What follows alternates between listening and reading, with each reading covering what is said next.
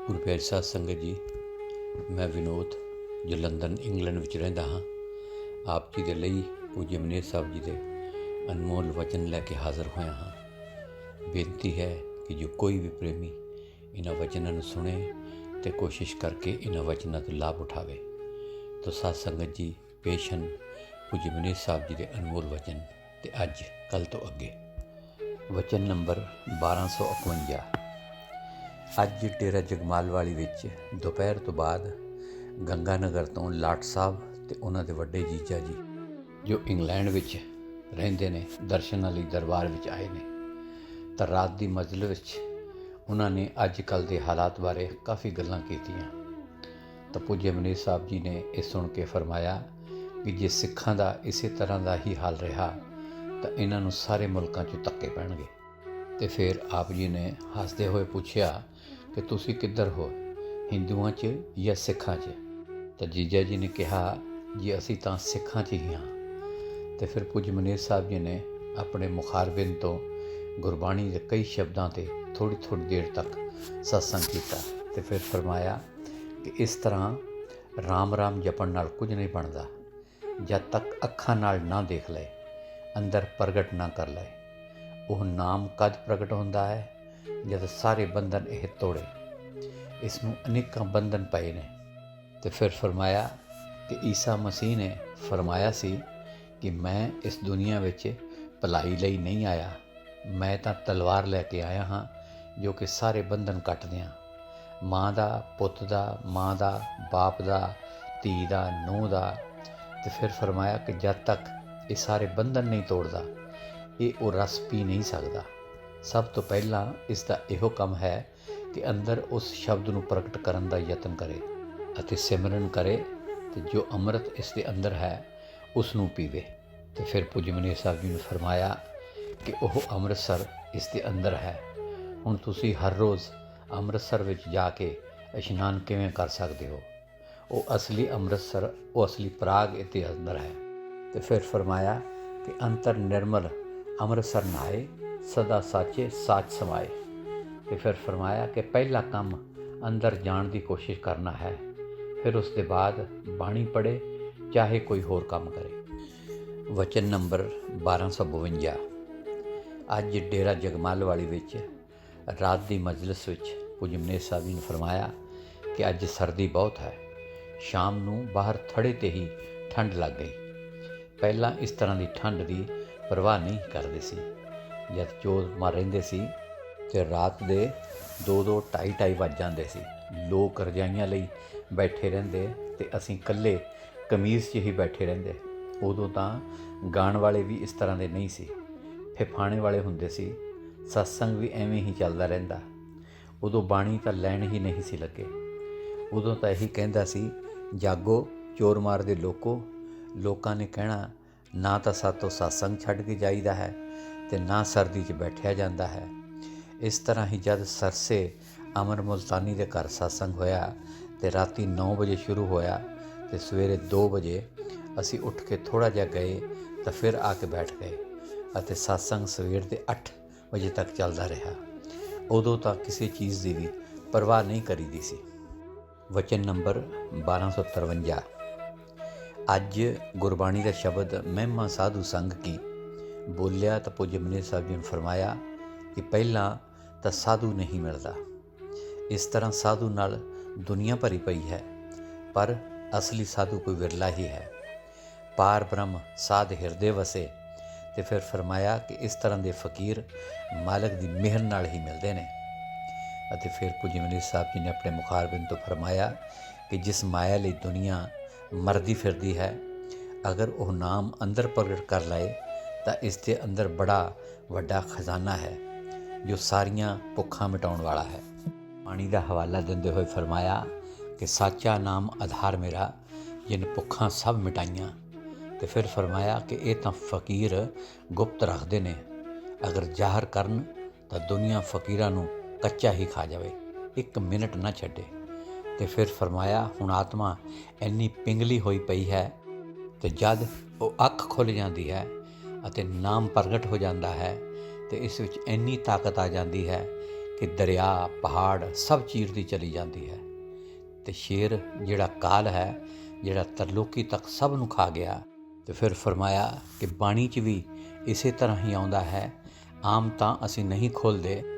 तो फिर फरमाया कि काल खाए गयो ब्रह्मा, काल खाए गयो विष्णु, काल शिव राम कृष्ण। फिर आत्मा की इन्नी शक्ति हो जाती है कि सारे देवी देवता इस दे अगे बिल्ली वांगू हो जाते हैं। वचन नंबर 1254। पूज्य मनेश साहब जी ने फरमाया कि बाहर की कोई भी भगती मौत के वक्त जमदूतां तो छुड़ाने वाली नहीं। तो फिर फरमाया कि सब तप सब चितराई, उजड़ पर में राह ना पाई। तो फिर अगे फरमाया कि असली चीज़ सारे छड्डी बैठे ने। वो कहंदा मैं ठीक हाँ, वो कहंदा मैं ठीक हाँ। वो दौलत नाम किसी कोले नहीं, वैसे ही लड़ी जाते ने। तो फिर फरमाया कि मुसलमाना दे 72 फिरके ने अते साढ़े सिखां दे देखो किन्ने हो गए ने। तो फिर फरमाया कि जै जै देखा तैं तै साचा, बिन बूझे झगड़े जकाचा। वचन नंबर 1255। अज सतगुर कलोनी चों राजू की माता ने दसिया कि कालांवाली विच कोई बाणिया है। उसने पूछया है कि संतां कोले माया कित्थों आउंदी है। तो माई की गल सुन के पूज्य मनेश साहब जी हसन लगे। तो फिर फरमाया कि कोई पहला आए यही पूछेगी माया कित्थों आउंदी है, पता नहीं दुनिया नूं की हो गया है। तो फिर फरमाया कि उत्थे फिफाणे सत्संग होया, कपड़े वंडे ते मस्ताना जी सत्संग के बाद अंदर चले गए। अते बाद विच तहसीलदार ते नाल SDM आए कि दर्शन करने ने। ते मैं अंदर गया ते मस्ताना जी कहंदे कि उन्हां नूं बिठाओ ते चाह पानी पिलाओ ते असीं चाह पी के आउंदे हां। असीं उन्हां नूं चाह पिलाई ते बिठाया। मस्ताना जी बाहर आए ते उन्हां आउण सार ही यही पुछया कि बाबा जी माया कित्थों आउंदी है। तो मस्ताना जी कहंदे तुसीं माया दा पुछदे हो कि माया देण वाले दा पुछदे हो। आखे जे माया देण वाले दा, मस्ताना जी कहंदे सिमरन करके अखां दे पिछे आओ, फिर तुहानूं उस खजाने का पता लगेगा। कहंदे जी इत्थे आना तो मुश्किल है।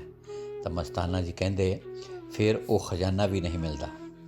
अते फिर पूज्य मनेश साहब जी ने गुरु नानक साहब जी के टाइम की मरदाने वाली साखी, कुकड़ियाँ मिठी करने वाली साखी सुनाई। तो फिर फरमाया कि जे वो सतगुर कुकड़ियाँ मिठियाँ कर सकता है तो उसनूं माया देनी की औखी है। तो फिर आप जी ने दरबार के साधुओं वाल इशारा करते हुए फरमाया कि देखो ये सारी माया ही है कि घरां विच दो मुंडे सामभणे औखे हो जाते हैं। इत्थे कोई कितों दा है तो कोई कितों दा, कोई किसी जात का है तो कोई किसी जात का। सतगुर सब नूं आपे ही फड़ फड़ के लियाउंदा है। देख लो कोई काम करता है, कोई काम करता है। तो जगमाल वाली तो सज्जन सिंह कहन लग्या जी सामभणे तो औखे ने, घरां 'च दो प्यो पुत्त होणगे उन्हां दी दोनां दी आपस 'च नहीं बनती, होर तां की। तो अगे पूज्य मनेश साहब जी ने खारीआ वाले विनोद के सहुरिਆਂ की गल फरमाई कि लड़के वड्डे सी, एक छोटा पढ़दा सी, वो अड्ड सन। प्यो किते बाहर काम गया सी तो उन्हां दी पहलां ही स्कीम सी कि इन्हां दोनों भरावां ने बाहरले पिंडां जो आदमी लिया के प्यो का सारा नरमा चुग लिया। तो फिर आखिर च पूज्य मनेश साहब जी ने फरमाया कि हाल तो इहदा यह है दुनिया विच कौन है किसी का। तो फिर फरमाया कि एक सतगुरु ही साथी है, सब दुनिया मतलब दी है। वचन नंबर 1256। डेरा जगमाल वाली विच रात नूं मजलिस चल रही सी तो अचानक ही निर्मल कविराज उठ के चला गया। तो आउण ते पूज्य मनेश साहब जी ने पूछया कि तू कित्थे गया सी। तो निर्मल कहन लग्या जी पेशाब करन गया सी।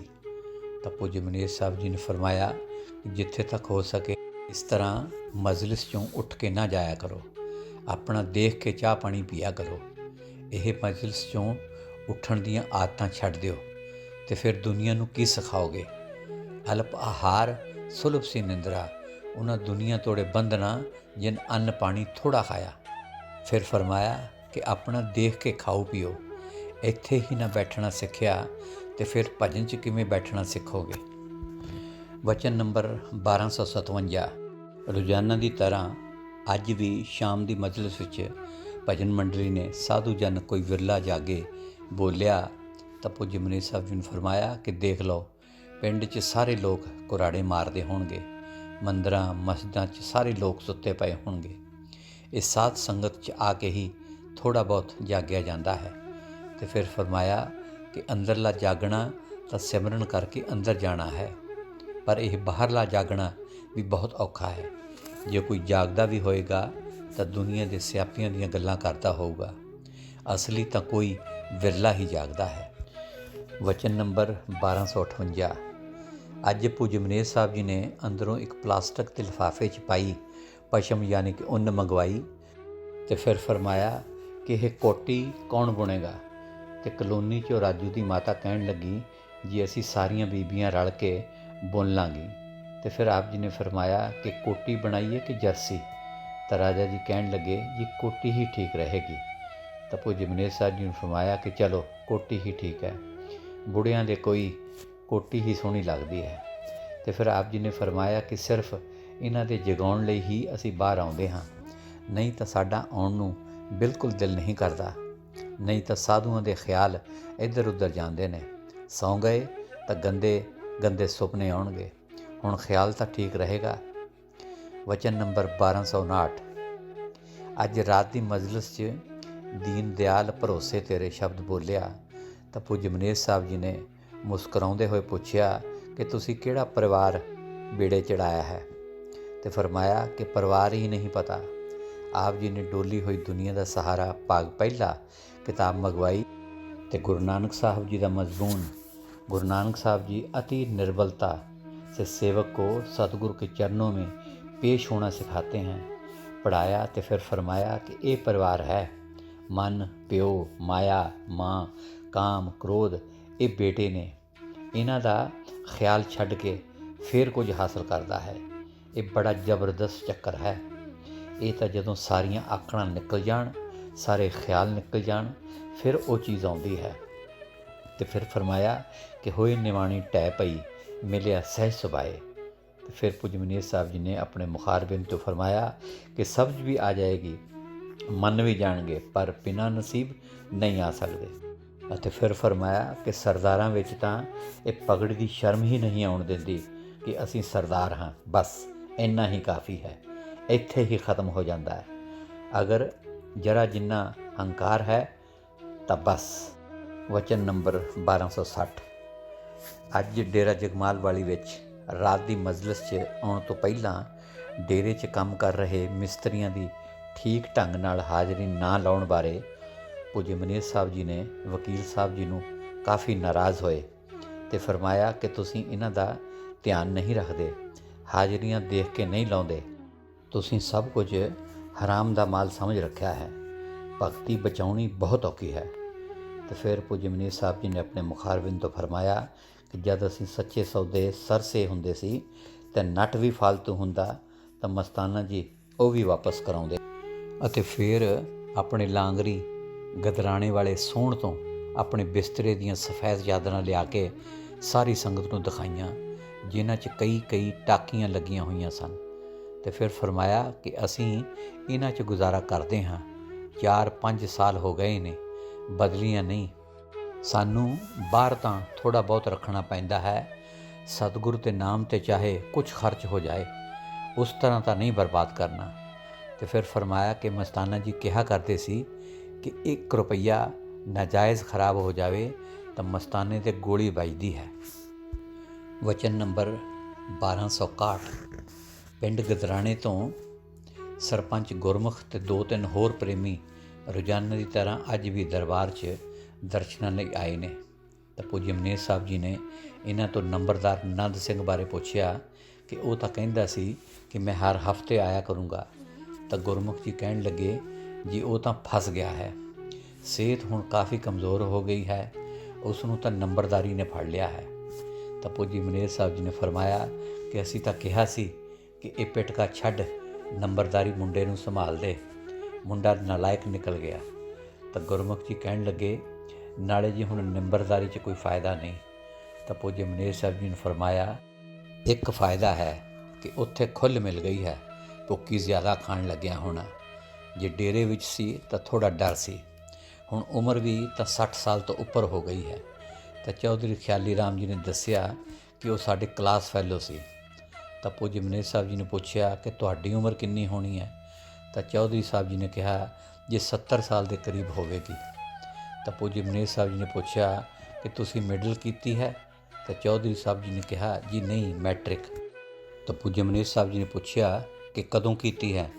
ਤੇ ਚੌਧਰੀ ਸਾਹਿਬ ਜੀ ਕਹਿਣ ਲੱਗੇ ਜੀ ਹੁਣ ਇੰਨਾ ਤਾਂ ਯਾਦ ਨਹੀਂ। ਤਾਂ ਪੂਜਯ ਮਨੇਰ ਸਾਹਿਬ ਜੀ ਉਹਨਾਂ ਨੂੰ ਅੱਗੇ ਪੁੱਛਿਆ ਕਿ 1930 'ਚ ਜਾਂ 1931 ਵਿੱਚ। ਤਾਂ ਚੌਧਰੀ ਸਾਹਿਬ ਜੀ ਨੇ ਕਿਹਾ ਜੀ ਇੰਨਾ ਤਾਂ ਯਾਦ ਨਹੀਂ। ਤਾਂ ਇਸ ਤੋਂ ਬਾਅਦ ਪੂਜਯ ਮਨੇਰ ਸਾਹਿਬ ਜੀ ਨੇ ਦੱਸਿਆ ਕਿ ਅਸੀਂ ਮੈਟ੍ਰਿਕ 1932 ਵਿੱਚ ਕੀਤੀ ਸੀ। ਵਚਨ ਨੰਬਰ 1262।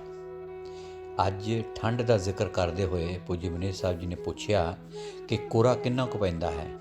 ਤੇ ਗਤਰਾਣੇ ਤੋਂ ਗੁਰਮੁਖ ਨੇ ਦੱਸਿਆ ਜੀ ਫਸਲਾਂ ਦਾ ਪਾਣੀ ਸੁੱਕ ਗਿਆ ਹੈ।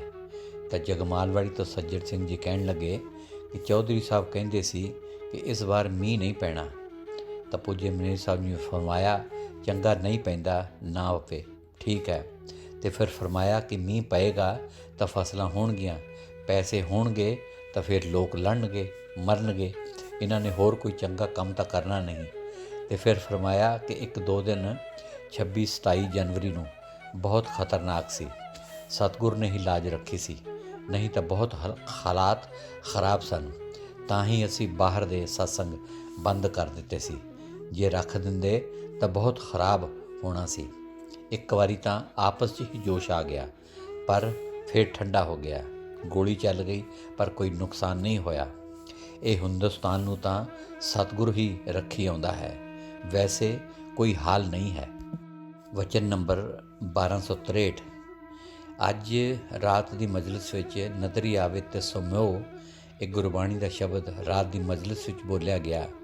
ਤਾਂ ਪੂਜਯ ਮਨੇਰ ਸਾਹਿਬ ਜੀ ਨੇ ਕੁਰਸੀ ਦੇ ਸੱਜੇ ਹੱਥ ਦੀਵਾਰ ਨਾਲ ਢੋ ਲਾਈ ਬੈਠੇ ਦਰਬਾਰ ਦੇ ਮਹਾਤਮਾ ਚੌਧਰੀ ਖਿਆਲੀ ਰਾਮ ਜੀ ਵੱਲ ਇਸ਼ਾਰਾ ਕਰਦੇ ਹੋਏ ਪੂਜਯ ਮਨੇਰ ਸਾਹਿਬ ਜੀ ਨੇ ਫਰਮਾਇਆ ਕਿ ਚੌਧਰੀ ਸਾਹਿਬ ਨੇ ਕਿਹਾ ਹਾਂਜੀ। ਤਾਂ ਪੂਜਯ ਮਨੇਰ ਸਾਹਿਬ ਜੀ ਨੇ ਫਰਮਾਇਆ ਕਿ ਜਿਵੇਂ ਹਨੇਰੀ ਆਉਂਦੀ ਹੈ ਤੇ ਵੱਡੇ ਵੱਡੇ ਦਰਖਤਾਂ ਦੀਆਂ ਜੜ੍ਹਾਂ ਹਿਲਾ ਦਿੰਦੀ ਹੈ, ਤੇ ਜਿਹੜੇ ਛੋਟੇ ਦਰਖਤ ਹੁੰਦੇ ਨੇ ਉਹਨਾਂ ਨੂੰ ਤਾਂ ਉਖਾੜ ਹੀ ਦਿੰਦੀ ਹੈ, ਠੀਕ ਇਸੇ ਤਰ੍ਹਾਂ ਹੀ ਜਿਹੜਾ ਕੋਈ ਭਜਨ ਸਿਮਰਨ ਕਰਦਾ ਹੈ ਮਾਇਆ ਉਸ ਨੂੰ ਹਮੇਸ਼ਾ ਘੇਰਦੀ ਹੈ। ਜਿਹੜਾ ਕੋਈ ਥੋੜ੍ਹਾ ਬਹੁਤ ਕਰਦਾ ਹੈ ਉਹੀ ਬਚਦਾ ਹੈ, ਨਹੀਂ ਤਾਂ ਬਾਕੀ ਸਭ ਨੂੰ ਘੇਰਦੀ ਹੈ। ਇੱਧਰੋਂ ਨਿਕਲਦਾ ਹੈ ਤਾਂ ਉੱਧਰ ਫਸ ਜਾਂਦਾ ਹੈ। ਨਿਕਲੇ ਘਰ ਸੇ ਤੋੜ ਭਇਆ ਮਨ ਤਿਆਗ ਮੇਂ। ਪਲਟੂ ਸਾਹਿਬ ਜੀ ਦੀ ਬਾਣੀ ਪੜ੍ਹੀ ਤੇ ਫਿਰ ਫਰਮਾਇਆ ਕਿ ਫਿਰ ਮੰਦਰ ਮਸਜਿਦਾਂ ਦਾ ਫਿਕਰ ਪੈ ਜਾਂਦਾ ਹੈ।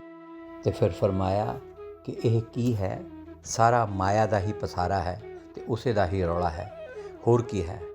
ਫਿਰ ਫਰਮਾਇਆ ਕਿ ਨਾਲੇ ਰੋਜ਼ ਪੜ੍ਹਦੇ ਨੇ ਕਿ ਕੂੜ ਰਾਜਾ, ਕੂੜ ਪਰਜਾ, ਕੂੜ ਸਭ ਸੰਸਾਰ।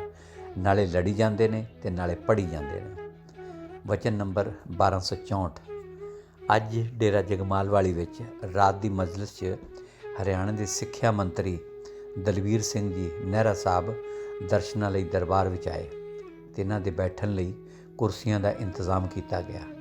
ਤਾਂ ਪੂਜਯ ਮਨੇਰ ਸਾਹਿਬ ਜੀ ਨੇ ਪੁੱਛਿਆ ਆਪ ਜੀ ਨੂੰ ਤਕਲੀਫ ਤਾਂ ਨਹੀਂ ਹੋਈ। ਤਾਂ ਨਹਿਰਾ ਸਾਹਿਬ ਨੇ ਕਿਹਾ ਕਿ ਨਹੀਂ ਜੀ, ਕੋਈ ਤਕਲੀਫ ਨਹੀਂ, ਇਹ ਤਾਂ ਇਸੇ ਤਰ੍ਹਾਂ ਹੀ ਡਿਊਟੀ ਹੁੰਦੀ ਹੈ, ਬੰਦਾ ਉਸੇ ਤਰ੍ਹਾਂ ਦਾ ਹੀ ਹੋ ਜਾਂਦਾ ਹੈ। ਤਾਂ ਪੂਜਯ ਮਨੇਰ ਸਾਹਿਬ ਜੀ ਨੇ ਫਰਮਾਇਆ ਕਿ ਹੁਣ ਤਾਂ ਅਸੀਂ ਬੁੜੇ ਹੋ ਗਏ ਹਾਂ, ਪਹਿਲਾਂ ਤਾਂ ਅਸੀਂ ਇਸੇ ਤਰ੍ਹਾਂ ਹੀ ਕਰਦੇ ਸੀ। ਜਦ ਰਾਤ ਨੂੰ ਸਤਸੰਗ ਖਤਮ ਹੁੰਦਾ ਸੀ ਉਸੇ ਵਕਤ ਹੀ ਚੱਲ ਪੈਂਦੇ ਸੀ ਦੂਸਰੀ ਜਗ੍ਹਾ ਲਈ। ਰਾਤ ਨੂੰ ਜਦ ਵੀ 2 ਜਾਂ 2:30 ਵਜੇ ਸਤਸੰਗ ਖਤਮ ਹੁੰਦਾ ਤੇ ਉਦੋਂ ਹੀ ਚੱਲ ਪੈਂਦੇ ਅਤੇ ਬਾਅਦ ਵਿੱਚ ਗੁਰਬਾਣੀ ਦਾ ਸ਼ਬਦ ਚਿਮ ਚਿਮ ਵਰਸੇ ਅੰਮ੍ਰਿਤ ਧਾਰਾ ਬੋਲਿਆ। ਤਾਂ ਪੂਜਯ ਮਨੇਰ ਸਾਹਿਬ ਜੀ ਨੇ ਫਰਮਾਇਆ ਕਿ ਹਰ ਚੀਜ਼ ਇਸ ਇਨਸਾਨ ਦੇ ਅੰਦਰ ਹੈ, ਕੋਈ ਵੀ ਚੀਜ਼ ਬਾਹਰ ਨਹੀਂ ਹੈ। ਕਾਇਆ ਅੰਦਰ ਸਭ ਕੁਝ ਵਸੇ ਖੰਡ ਮੰਡਲ ਪਾਤਾਲਾ। ਦੇਵੀ ਦੇਵਤੇ, ਰਾਮ ਕ੍ਰਿਸ਼ਨ ਸਭ ਇਸ ਦੇ ਅੰਦਰ ਨੇ। ਇਹੀ ਕਬੀਰ ਸਾਹਿਬ ਜੀ ਕਹਿੰਦੇ ਨੇ ਕਿ ਯਾ ਘਟ ਬਨ ਔਰ ਬਸਤੀ ਯਹੀ ਝਾੜ ਪਹਾਰਾ। ਤੇ ਫਿਰ ਫਰਮਾਇਆ ਕਿ ਖੰਡ ਬ੍ਰਹਿਮੰਡ ਸਤਿਗੁਰ ਸਭ ਕੁਝ ਇਸ ਦੇ ਅੰਦਰ ਹੈ। ਇਸ ਨੇ ਇਹ ਅੰਮ੍ਰਿਤ ਪੀਣਾ ਸੀ, ਇਹ ਰਸ ਲੈਣਾ ਸੀ। ਜੀਵ ਹੋਰ ਕੰਮਾਂ 'ਚ ਪੈ ਗਿਆ ਅਤੇ ਫਿਰ ਫਰਮਾਇਆ ਕਿ ਇੱਥੇ ਦੀ ਬਸ ਇਹੀ ਤਾਲੀਮ ਹੈ ਕਿ ਉਸ ਅੰਮ੍ਰਿਤ ਨੂੰ ਪੀਓ ਤੇ ਆਪਣੇ ਘਰ ਪਹੁੰਚੋ। ਸੋ ਗੁਰੂ ਪਿਆਰੀ ਸਾਧ ਸੰਗਤ ਜੀ, ਅੱਜ ਲਈ ਸਿਰਫ ਇੰਨਾ ਹੀ। ਕੱਲ੍ਹ ਫੇਰ ਆਪਣੇ ਪਿਆਰੇ ਮੁਰਸ਼ਦ ਪੂਜਯ ਮਨੇਰ ਸਾਹਿਬ ਜੀ ਦੇ ਅਨਮੋਲ ਵਚਨਾਂ ਦਾ ਖਜ਼ਾਨਾ ਲੈ ਕੇ ਆਪ ਜੀ ਨਾਲ ਰੂਬਰੂ ਹੋਵਾਂਗਾ। ਤਦ ਤੱਕ ਦੇ ਲਈ ਇਸ ਨਾਚੀਜ਼ ਨੂੰ ਇਜਾਜ਼ਤ ਦਿਓ ਅਤੇ ਨਾਲ ਹੀ ਮੇਰੇ ਦੋਨੋਂ ਹੱਥ ਜੋੜ ਕੇ ਪਿਆਰ ਭਰੀ ਧੰਨ ਧੰਨ ਸਤਿਗੁਰੂ ਤੇਰਾ ਹੀ ਆਸਰਾ, ਹਾਜ਼ਰ ਨਾਜ਼ਰ ਜਿੰਦਾ ਰਾਮ ਤੇਰਾ ਹੀ ਆਸਰਾ ਕਬੂਲ ਫਰਮਾਓ।